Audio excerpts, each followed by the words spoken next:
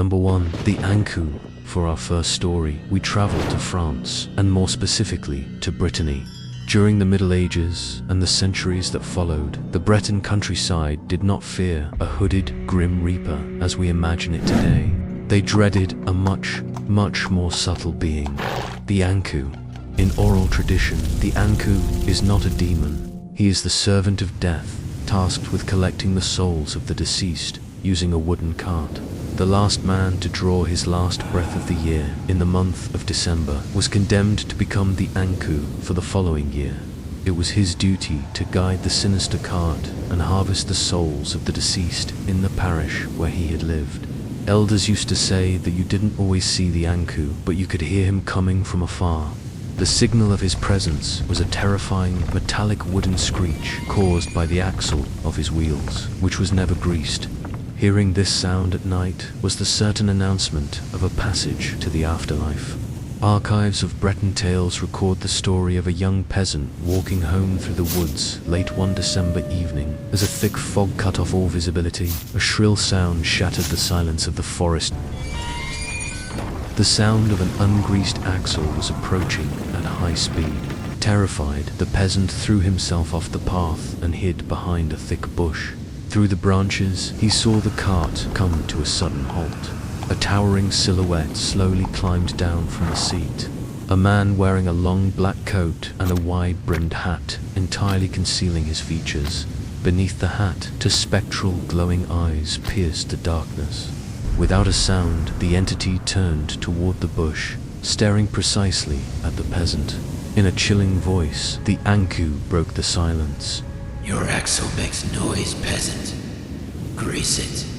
Understanding he had no escape, the young man stepped out of his hiding place, his legs trembling. He took a horn of grease from his bag and approached the wheel. Under the hollow eyes of the ferryman of souls, he applied the grease to the iron axle. Once the job was done, the Ankou climbed back onto his cart without a word, whipped his skeletal horses, and vanished into the mist, this time in absolute silence. The terrified peasant ran all the way to his house, convinced he had survived the worst. He went to bed, relieved, but the ending preserved in oral tradition leaves no room for hope.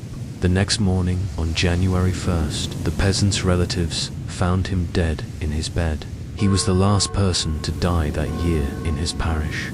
By greasing the axle the night before, he had simply prepared the cart that he himself would have to drive for the next 365 days. For our second story, we head to the banks of the Loire River, to the town of Beaugency. In the Middle Ages, crossing this river was a constant challenge for the inhabitants. The currents were violent, and every attempt by local masons to build a stone bridge ended in failure. Floods systematically destroyed the construction sites, while the town's notables were at their wits' end trying to connect the two banks. A mysterious builder presented himself. He made them an impossible promise to erect an indestructible, majestic stone bridge, and to do it in a single night. Faced with general disbelief, the man revealed his true nature. He was no human. He was the devil himself. Satan agreed to put his powers at the town's service, but his help came at a terrifying price. The evil one demanded a strict pact. He claimed absolute possession of the soul of the very first living creature to set foot on the bridge to cross it. Thinking the villagers would sacrifice one of their own out of necessity, the devil set to work. Throughout the night, the forces of hell labored amidst an infernal sound of thunder. The next day, at sunrise, the structure stood tall, proudly spanning the Loire. Satan then took position on the other side of the river, eagerly waiting to claim his human tribute. The population was trapped by their own pact. No one dared take the first step, knowing that crossing this bridge meant immediate damnation to hell. It was then that the town's notables, led according to local tradition by the ecclesiastical authorities, decided to counter the devil's malice with cunning. They showed up at the entrance of the bridge with a basket hidden under a cloth. Satan watched the scene, convinced that a resident was about to be sacrificed. On cue, the basket was opened, and it was not a human being that dashed onto the bridge, but a cat. The animal, terrified by the crowd, sprinted across the structure and arrived on the other bank, right at the feet of an incredulous devil. The pact was respected to the letter. The first living creature to have trodden upon the bridge had delivered its soul. The inhabitants burst into joy, realizing he had been crudely tricked by a feline. The devil flew into a wild rage. With a terrifying howl that shook the Loire Valley, he attempted to destroy his own creation. He struck the structure in anger, distorting one of the stone arches before vanishing forever in a blast of sulfur. This legend from the folklore of the Loire department has left two very real traces: an historically asymmetrical arch on the bridge, and the nickname of the inhabitants of Beaugency, who are still called, to this day, the Cats. 3. The Midnight Washerwomen. Our final journey takes us to the banks of rivers and isolated washhouses in the French countryside. In the Middle Ages, a collective psychosis seized villagers as soon as midnight struck, a paranormal encounter dreaded by all. The Midnight Washerwomen. These entities are not demons, but the ghosts of condemned women.